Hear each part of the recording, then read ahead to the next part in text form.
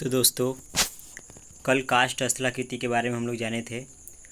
उसमें से बचा था कि काष्ठ स्थलाकृति के रूप में निक्षेपात्मक स्थल रूप क्या है।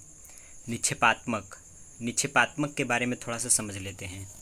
जैसा कि इसमें लिखा है, निक्षेप का मतलब होता है कि जब कोई भी जल यदि वह एक स्थान से बह करके किसी दूसरे स्थान तक जाती है तो वह अपने साथ कुछ उस जल में अपने मार्ग में आने वाले जो अवशेष होते हैं उन्हें घोलीकरण करता है, और घोलीकरण करके और कुछ उसे काट छाट करके एक स्थान से ले जा करके दूसरे स्थान तक छोड़ देता है या जमा कर देता है, तो उसे हम कहते हैं निक्षेप। और उसी के द्वारा निर्मित स्थलाकृति को हम कहते हैं निक्षेपात्मक स्थल रूप। तो थोड़ा सा इसके बारे में जानते हैं। लिखा है, चूना पत्थर से निर्मित कंदराओं में सभी प्रकार के निक्षेपों को सम्मिलित रूप से स्पीलियोथेम कहा जाता है। इनमें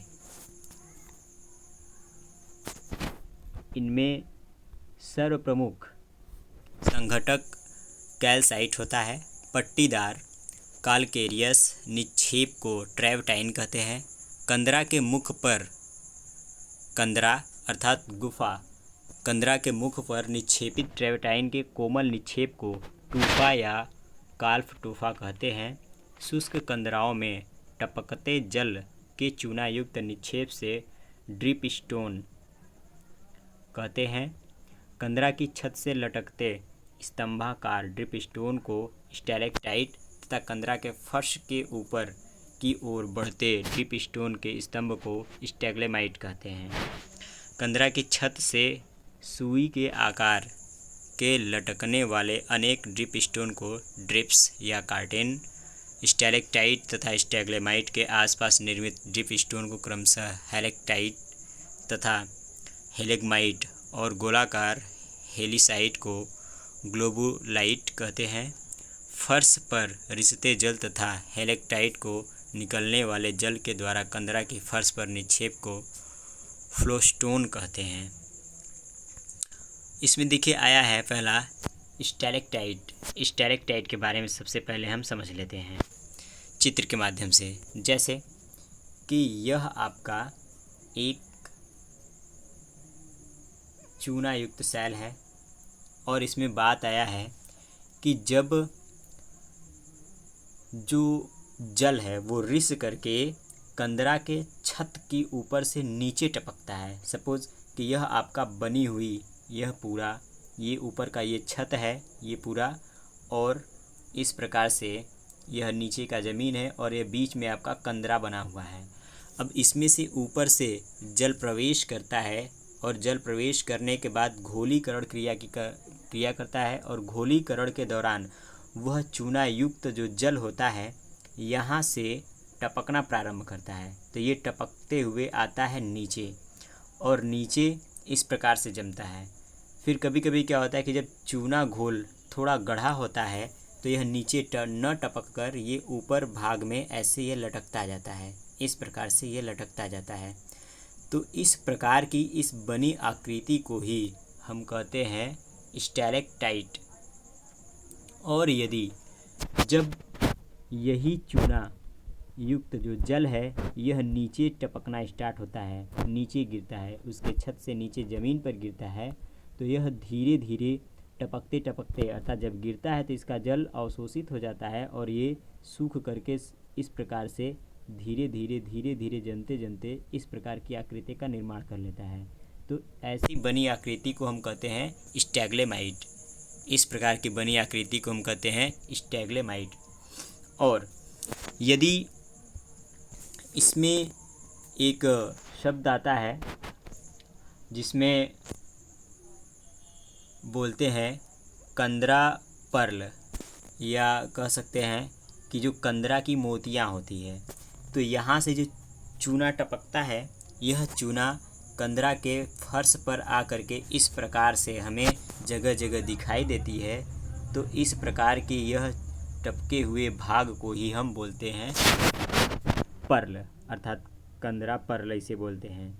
फिर यदि पुनः जब कंदरा के छत से यह चूना घोलीकरण करके टपकता है और नीचे धीरे धीरे यह टपकता टपकता इस प्रकार से आता है और नीचे जो स्टैग्लेमाइट है, यदि स्टैग्लेमाइट का भाग ये दोनों आपस में आकर के इस प्रकार से मिल जाते हैं तो यह कंदरा स्तंभ का निर्माण करते हैं। तो इस प्रकार की बनी हुई आकृति को हम कंदरा स्तंभ कहते हैं। चलिए थोड़ा आगे पढ़ते हैं, देखते हैं क्या दिया है। इसमें लिखा है स्टैलेक्टाइट भूमिगत कंदराओं में जब या तो समस्त जल तिरोहित हो जाता है या भौम जल स्तर के नीचा हो जाने से जल तल नीचा हो जाता है तो कंदरा की ऊपरी छत से जल रिस कर नीचे टपकने लगता है। जैसा कि अभी चित्र में आपको बताया गया है, यह जल अपने साथ घुलन क्रिया द्वारा प्राप्त पदार्थों को भी समाविष्ट किए रहता है, परंतु जब अधिक ताप के कारण वाष्पीकरण के फलस्वरूप जल सूखने लगता है या उससे कार्बन डाइऑक्साइड गैस मुक्त होती है तो जल की घुलन शक्ति तथा पदार्थों को धारण करने की शक्ति घट जाती है। परिणाम स्वरूप कंदरा की छत के निचले स्तर पर पदार्थों का निक्षेप होने लगता है। निक्षेप होना मतलब एक स्थान से बह करके दूसरे स्थान तक किसी भी वस्तु को ले जा करके छोड़ देना जल के द्वारा। फिर यह निक्षेप लंबे किंतु पतले स्तंभों के रूप में होता है जो कि कंदरा की फर्श की ओर बढ़ते जाते हैं। इन लटकते हुए स्तंभों को स्टैलेक्टाइट कहा जाता है क्योंकि ये स्तंभ ऊपर से नीचे की ओर लटके रहते हैं, अतः इनको आकाशीय स्तंभ की संज्ञा प्रदान की जाती है। ये स्तंभ कंदरा की छत के पास मोटे तथा चौड़े किंतु नीचे की ओर पतले होते जाते हैं। इन्हें अवशैल भी कहते हैं, जैसा कि आपको चित्र में अभी बताया गया है। फिर उसके बाद आता है स्टैग्लेमाइट। कंदरा की छत से गिरने वाले जल की मात्रा यदि कुछ अधिक होती है तो वह सीधे टपक कर कंदरा के फर्श पर पहुंच जाता है। इस तरह कंदरा के फर्श पर निक्षेपात्मक स्तंभ का निर्माण होता है। धीरे धीरे निक्षेप द्वारा इन स्तंभों की ऊंचाई ऊपर की ओर बढ़ती जाती है। इस प्रकार के स्तंभों को स्टैग्लेमाइट कहते हैं। आधार पर ये मोटे तथा विस्तृत होते हैं परंतु ऊपर की ओर पतले तथा नुकीले हो जाते हैं। इनकी ऊंचाई निरंतर ऊपर की ओर बढ़ती जाती है। फिर अगला है इसमें कंदरा स्तंभ।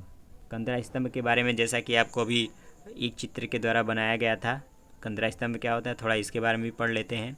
लिखा स्टैलेग्माइट की अपेक्षा स्टैलेक्टाइट अधिक लंबे होते हैं। निरंतर लंबाई में वृद्धि के कारण स्टैलेक्टाइट बढ़कर कंदरा के फर्श पर पहुंच जाते हैं। इस तरह एक ऐसे स्तंभ का निर्माण हो जाता है जो कि कंदरा की छत से इसकी फर्श से मिलता है। इस स्तंभ को कंदरा स्तंभ कहते हैं।